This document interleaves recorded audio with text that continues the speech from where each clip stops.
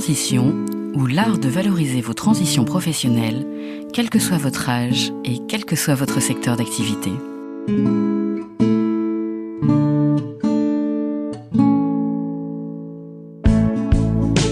Amis auditeurs, bonjour. Je suis Mireille Carola et nous parlons aujourd'hui de transition professionnelle. Je vous donne rendez-vous à 14h45, chaque 4e samedi du mois pour notre rendez-vous mensuel.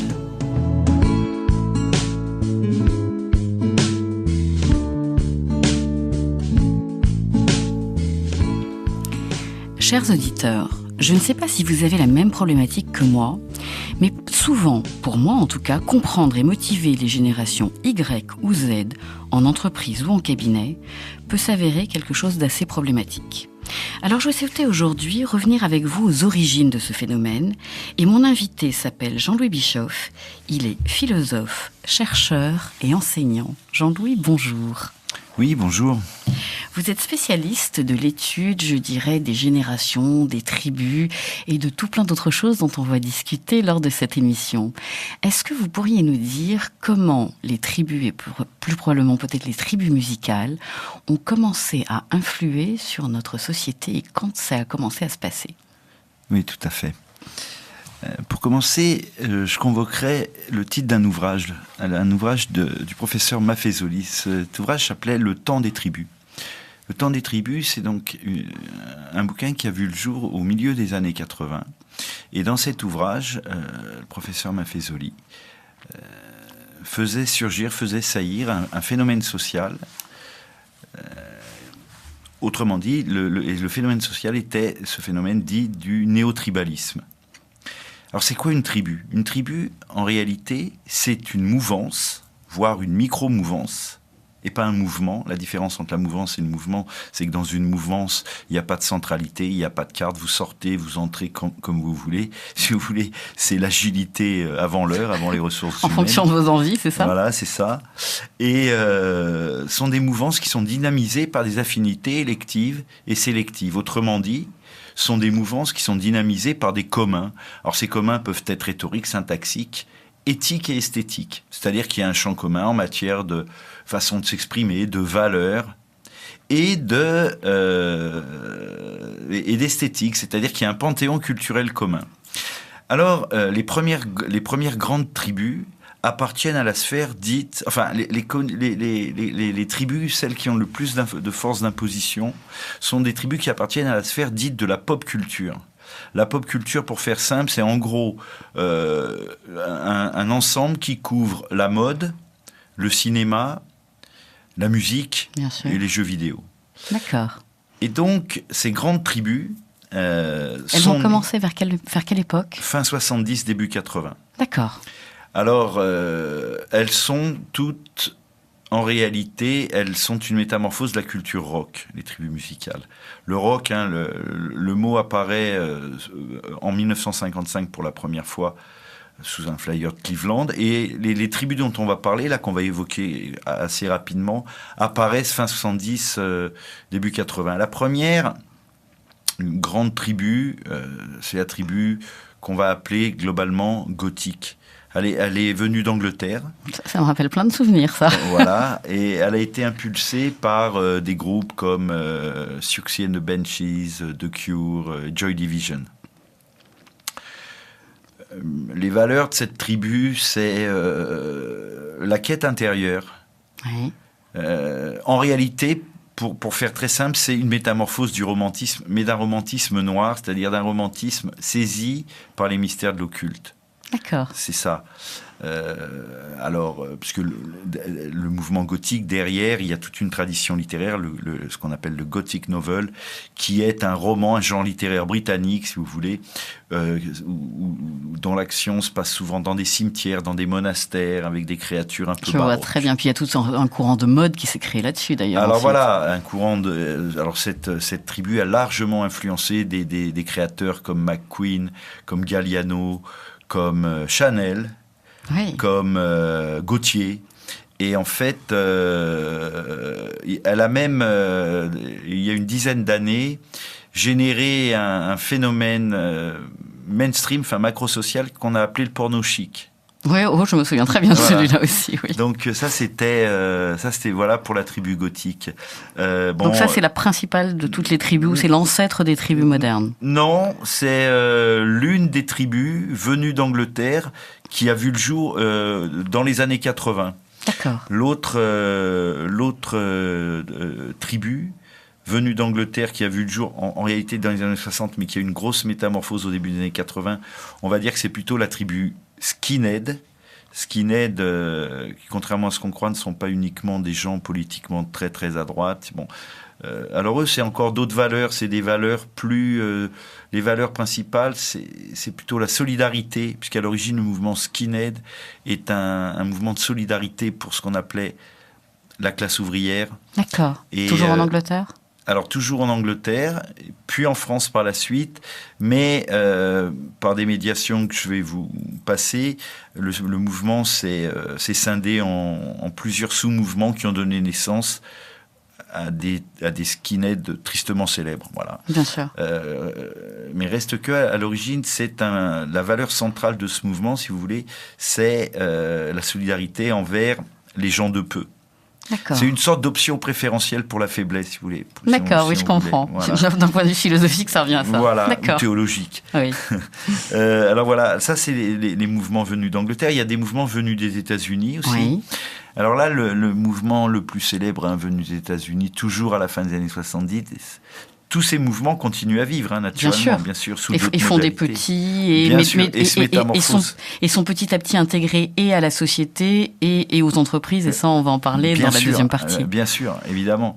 Là, on fait simplement... On donne l'historique. Voilà. Donc, c'est la tribu hip-hop. Alors, hip-hop, c'est du slang new-yorkais qui signifie affranchi, cool, hop. C'est le champ lexical du move, de la manière de se bouger. En fait, hip-hop, ça veut dire, c'est la manière de se mouvoir des mecs cool. C'est la manière d'être des mecs cool. C'est ce qu'on appelle en régime hip-hop l'attitude. Le style, si vous voulez, aujourd'hui, pour faire mainstream, c'est le style. Où on a le style, où on ne l'a pas. Bah ouais, mais c'est important, bien sûr. Vous allez voir que c'est important parce que c'est comme ça aujourd'hui que certaines personnes calculent et se rapportent à leur supérieur hiérarchique. Si le mec n'a pas le style... Ça commence à m'expliquer beaucoup de choses. Voilà. Si le mec n'a pas le style, il l'a pas, quoi. Voilà, bon.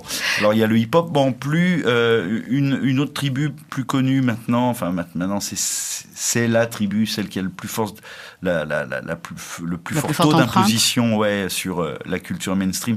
C'est la culture dite électro, donc qui à l'origine est la culture house. Alors le mouvement house est né à Chicago, en gros, mais sa spécificité, ce sont des fêtes qu'on appelle des raves ou des parties, et ces fêtes ou ces parties sont nées en Angleterre. C'est pour ça que c'est quelque chose d'hybride. C'est né en Angleterre au début des années 80, et là... c'est arrivé en France début 90. Voilà. Bon, il y a d'autres tribus musicales comme le métal, comme le hardcore. Le métal qui a connu ces 10 dernières années des grosses hausses, des descentes. Bon, je vais pas parler de ces deux dernières, mais... Qui sont plus marginalisées, peut-être? Non, pas particulièrement, mais je pense qu'il y a, par exemple, il y a quand même beaucoup de liens, même si c'est pas exactement la même chose, entre le mouvement goth et le mouvement métal, même si c'est pas du tout même si c'est pas la même chose, mais il y a beaucoup de convergences. Bon. Par contre, ce qui est intéressant, c'est que ce phénomène témoigne de ce que les savants appellent un changement de climat, un changement climatique intellectuel et spirituel. Qui est arrivé de façon progressive ou qui est arrivé par vague de contre ou par vague de... C'est forcément arrivé de manière progressive et on ne peut pas le dater puisque c'est un changement de paradigme radical. C'est, pour beaucoup, et en tout cas, moi, c'est la tradition à laquelle j'appartiens, c'est le passage de la modernité à... ou la postmodernité ou l'ultramodernité. Alors moi, pour ma part, je préfère parler d'ultramodernité plutôt que de postmodernité parce que c'est quoi la modernité? Oui, ma question était comment on définit la modernité et comment on définit l'ultramodernité qui est ce qu'on vit aujourd'hui, j'imagine. C'est ça. La modernité, en gros, c'est l'émergence du je. D'accord. L'émergence du je, J-E. D'accord, et ça c'était? Je pense donc je suis. C'est Descartes. D'accord. Pour faire, première occurrence du je en français, Descartes. L'ultramodernité, c'est plutôt une primordialité. Donc, le problème de l'ultramodernité, c'est l'émergence du nous. C'est comment transformer un tas hétérogène en un tout cohérent. D'accord. Or, une tribu, c'est ça. Une tribu, si vous voulez, c'est une communauté, cum munis en latin. Ce sont des mecs qui veulent bouger ensemble, qui ont un désir esthétique. Aesthésie, c'est pas un désir de ressembler à des esthéticiennes. Un désir esthétique, c'est un désir de ressentir des choses en commun, de ressentir des émotions en commun. Or, la grande différence entre l'ultramodernité et la modernité, c'est qu'en régime d'ultramodernité, il y a une réhabilitation de la partie chaude de l'individu, c'est-à-dire des affects, de l'émotion, des désirs. Et en régime d'ultramodernité, le religieux, voire la religion, redeviennent plausibles et possibles. Et recherchés probablement aussi, non? Alors, recherchés de manière consciente ou pas. D'accord. Voilà.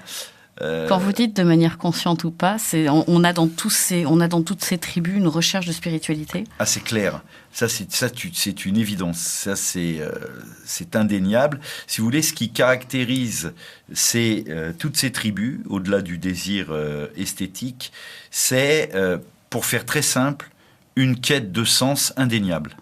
Indéniable.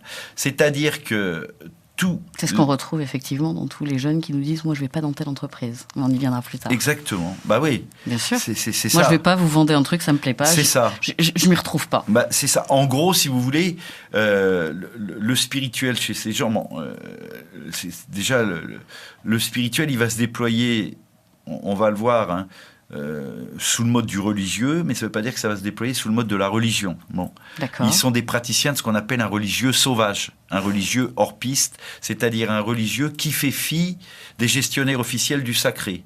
Rabbins, synarques, etc., pasteurs. Ils sont dans une autre histoire. Ils sont dans une autre histoire. Qu'ils créent eux-mêmes. Voilà, pour le pire et le meilleur. Pour le pire et le meilleur. Bon.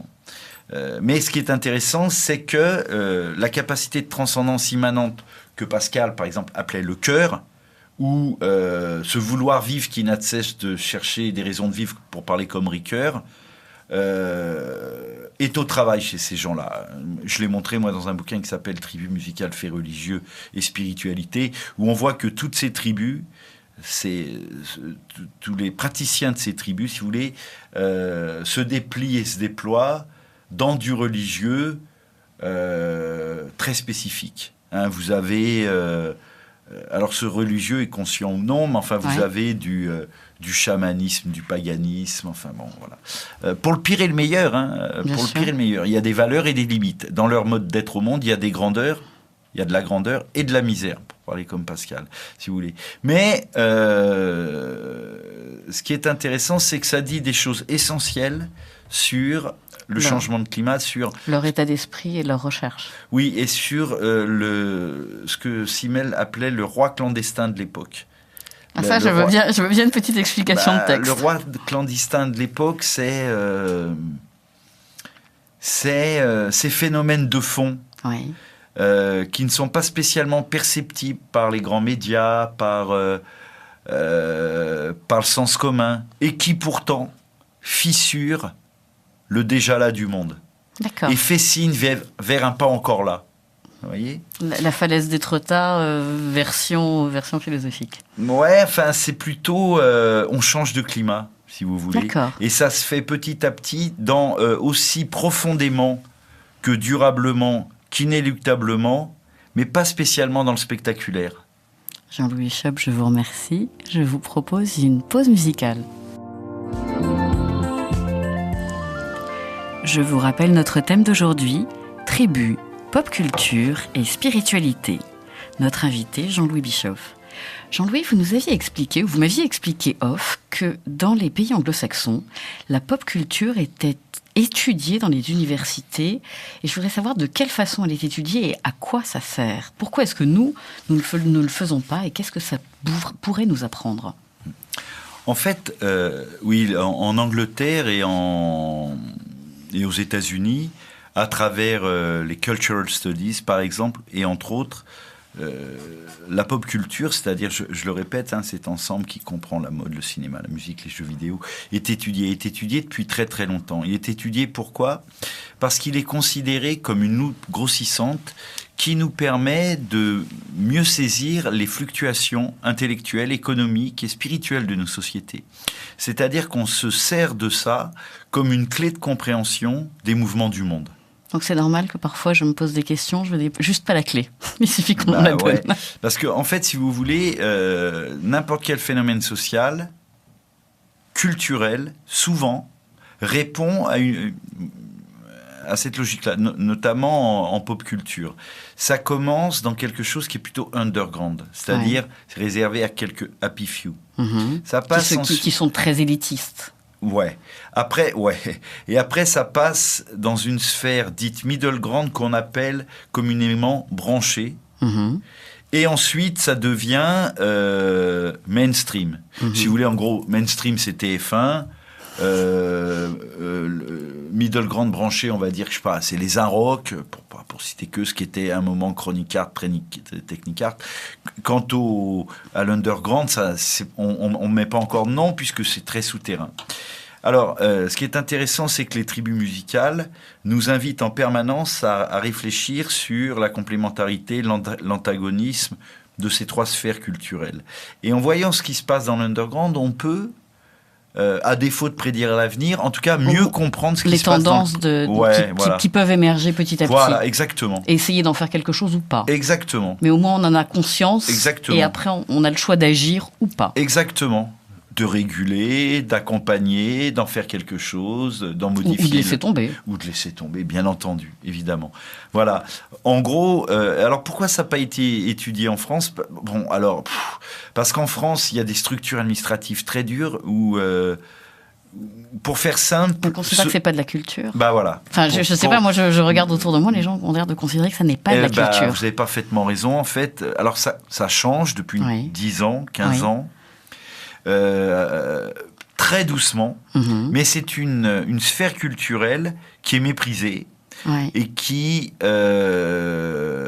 on lui préfère toujours la culture dite élitiste, c'est-à-dire les grands textes, les grandes langues, les grands musées. Les grands musées, alors les grandes langues latin, grec, hébreu, sanskrit, etc., etc. Alors, la question, pour moi, n'est évidemment pas d'opposer les sphères culturelles, mais de montrer... De les intégrer. Mais de montrer qu'elles sont...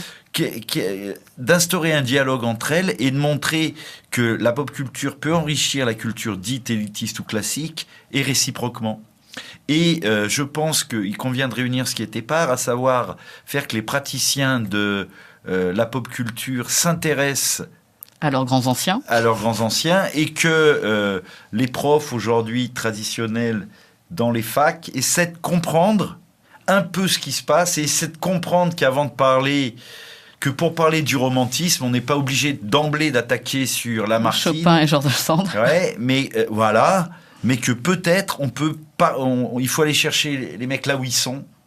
Et après, on va les pêcher. Et ensuite, on les confronte à la tradition.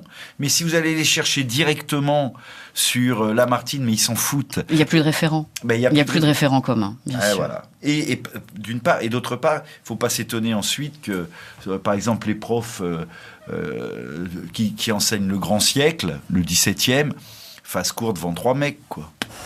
Ouais. Alors comment est-ce que toute cette pop culture qui est prise en compte par les anglo-saxons et qui vit dans nos sociétés de toute façon et sa recherche de spiritualité, comment est-ce que ça s'invite dans la sphère de nos entreprises, de nos cabinets, de nos start-up et de notre façon de manager? Et l'idée, c'est comment est-ce qu'on peut non pas les faire rentrer dans un moule, ça je pense qu'on a bien compris qu'on avait perdu d'avance, mais comment est-ce qu'on peut devenir, nous, plus anciens, compatibles avec ces générations qui arrivent et qui nous disent « Moi, je veux un un produit qui fasse du sens. Moi, j'ai envie de travailler sur des trucs qui soient sympas. Moi, je viens un peu au bureau quand même quand je veux, alors qu'il m'arrange.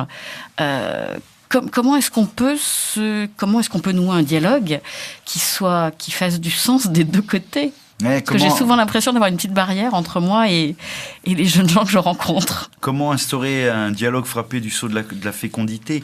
Je pense qu'il y a quelques chantiers à explorer. Le premier, c'est que vous n'allez pas les séduire en leur parlant d'agilité, parce qu'ils sont ça. Ils vont juste me trouver très rigide. Bah ouais. Si vous faites un métadiscours sur l'agilité ou sur la souplesse, comme le font les RH aujourd'hui, ils vont trouver ça ringue. En revanche, si vous déployez dans cette histoire-là, sans le dire, sans nommer... Si je fais une petite attitude hip-hop managériale... Non, faut pas être... Non, l'idée, c'est pas ça. L'idée, c'est... En gros, il y a 3 chantiers. 1, il faut passer de la loi du père à la loi du frère. C'est-à-dire que il faut laisser tomber tout ce qui est... Enfin, il faut. Le chantier N+1, N+2, donner des... C'est pas le statut qui les séduit. C'est l'attitude. Le savoir-être, c'est l'attitude. D'accord. C'est pas le statut. Donc il faut être cool. Et compétent. Et surtout compétent. C'est-à-dire qu'en réalité, il faut s'offrir comme une autorité et mettre sous le boisseau l'autoritarisme. Qui, comme chacun sait, est une perversion de l'autorité. Ça veut dire quoi? Ça veut dire que dans leur quête de sens, ces gens-là cherchent à grandir. Ils veulent croître en être. Or, ils demandent... À être nourris. Et voilà. Et voilà. Ils demandent à être nourris. Et ils demandent des gens qui s'offrent comme des autorités, auctoritas en latin, des gens qui les fassent croître, grandir. Qui soient des exemples, c'est plus un mentorat qu'un managériat. Voilà, exact. Et surtout, ce qui est très intéressant avec ce public, c'est que ils sont, enfin comme tous les adolescents de la Terre ou comme tous les jeunes de la Terre, comme beaucoup de gens en fait, ils sont dans la mimésis. C'est-à-dire que... Ils copient. Ouais, ils sont dans l'imitation. Donc ils ont besoin d'un modèle apprenant. C'est ça. Exactement. En fait, ce qui est très curieux, mais c'est pas si paradoxal que ça. En fait, ils sont à la fois très un peu rebelles. Ouais. Un peu rebelles. Ouais. Souple, agile, voilà. Rebelles, si vous voulez. Et en même temps, dans leur demande de sens... Ils ont besoin d'être rassurés et qu'on leur donne ce sens. De chef. Donc il faut être chef sans être chef. Mais je crois que je comprends ce que vous voulez dire. Absolument.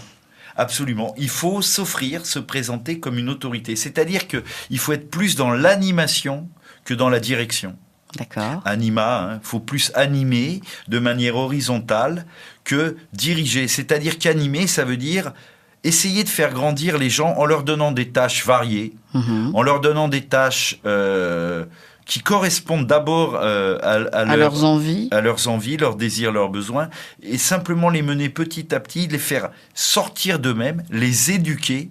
Les faire sortir de la zone de confort, voilà. Ça c'est un truc un peu ringard, mais bon, on peut l'utiliser encore. Mais de petit à petit. D'accord. Exactement, absolument. Et c'est très intéressant parce qu'en réalité, moi pour ma part, ça me donne beaucoup à penser les convergences qu'il peut y avoir entre l'éducation et le management. C'est-à-dire qu'il faut les faire sortir du tout à l'ego pour leur montrer, parce qu'ils demandent ça, que le collectif va les enrichir, que vont enrichir le collectif. Oui. Ils ont peur aussi de ce collectif quand même un peu. Et pourtant, c'est la génération du coworking, du covoitiriage. Vous voyez, c'est la génération du coom, du co. On fait avec. Ouais. Il faut surtout pas les laisser tout seuls. Voilà. C'est ce que j'entends dans votre discours. Il faut surtout pas les laisser tout seuls. Non, et il faut susciter le désir. Il faut susciter le désir. Il faut montrer de l'enthousiasme, enteo anima, être dans le souffle des dieux, être dans le souffle, les tirer par ce biais-là. C'est-à-dire les séduire. Il faut faire du leadership plutôt que du management. C'est ça que j'entends. C'est clair. En tout cas, moi, c'est mon sentiment. Ah oui. Alors du leadership ou moi, je raisonne en termes d'attitude. C'est l'attitude qui va les séduire. Donc la compétence, c'est un basique, ça c'est normal. Ça c'est un basique. Et ensuite, c'est une question d'attitude. Ouais, c'est une question d'attitude. Et je trouve que ça passe beaucoup par ce que j'appelle, alors pour employer des oxymores compréhensibles et commodes, une sorte d'agilité ferme. Oui, je vois c'est ferme dans l'agilité et agile dans la fermeté. Je comprends. Quelque chose de cette nature. Alors, et tout ça avec une entreprise qui fasse du sens, qui soit juste, l'idée du beau, l'idée du juste, l'idée du bon. Bien sûr. bien sûr. Avec, bah oui, parce Ce que qu'on avait tendance à oublier parfois, pas toujours, mais parfois, mais là, il faut le vivre. Absolument. Il ne suffit pas de le dire sur tous les sites web. Absolument. Il faut véritablement l'incarner. Voilà. Mais vous avez 1000 fois raison. Mais c'est tout à fait ça. C'est exactement ça. Vous le résumez parfaitement. On peut pas mieux le dire. Il faut l'incarner. Il faut pas que ça reste du domaine du slogan creux. Je comprends très bien. Et c'est vraiment ça. Et si vous voulez, l'horizon de sens, finalement, il est pas si difficile que ça à nommer. Il est beaucoup plus difficile à vivre tous les jours. Voilà, exactement. Si on veut aller plus loin, quelle est la bibliographie que vous nous conseilleriez ? Alors, je sais que vous avez écrit sur ce sujet, donc déjà peut-être vos livres ou votre livre. Et puis ensuite, qu'est-ce qu'on pourrait lire d'autre ? Soit sur le management, soit complètement sur autre chose, sur la mode, sur le design, sur la musique, sur la philo, sur le fait religieux et son émergence dans la société. Quels sont les éléments intéressants ? Les livres sont tellement innombrables. Bon, je vais vous citer les 2 miens déjà, qui ont trait à ce dont on parle aujourd'hui. Donc moi, j'ai fait un bouquin qui s'appelle « Tribu musicale, faits religieux et spiritualité », enquête sous les mouvances punk, rock, électro, etc., publié chez L'Harmattan. J'ai fait un deuxième, ça je l'ai fait en 2007, donc ça remonte. Et là, j'ai un bouquin qui vient de sortir qui s'appelle « Éducation, faits religieux et entreprise ». Ah oui, au cœur de notre sujet. Voilà, comment le manager doit-il se rapporter à l'émergence du fait religieux dans l'entreprise ? De quels moyens dispose-t-il, intellectuels, spirituels, juridiques ? Bon, voilà. Donc ça, ce sont les 2 miens. Autrement, moi, sincèrement, sur tout ce qui a trait aux tribus, je renvoie à l'immense bibliographie du professeur Maffezoli. D'accord. Qui est celui qui, pour la première fois, a identifié, nommé ce phénomène, le phénomène néo-tribal. Donc Michel Maffezoli, le temps des tribus, le réenchantement du monde. Parce que, évidemment, derrière tout ça, il y a l'idée de réenchantement du monde dans les tribus. Oui, qu'on retrouve tous les jours dans les théories de développement personnel, dans tout ce qu'on vit tous les matins, d'ailleurs. Alors voilà. Et même dans la publicité, c'est ce qu'on voit sans arrêt. Voilà. Alors, le problème, c'est que ça correspond à des aspirations réelles. Et c'est une nouvelle fois, il faut faire attention à pas décharger ces signifiants, quoi. Il faut vivre. Walk the talk, diraient nos amis anglo-saxons. Mais c'est exactement ça. Et voilà. S'il y a aussi la revue qui s'appelle Management et Sacré, qui donne de sacrées clés de compréhension. Voilà. Jean-Louis Bishop, je vous remercie. Amis auditeurs, je vous retrouverai toujours avec le même plaisir le mois prochain. À très bientôt.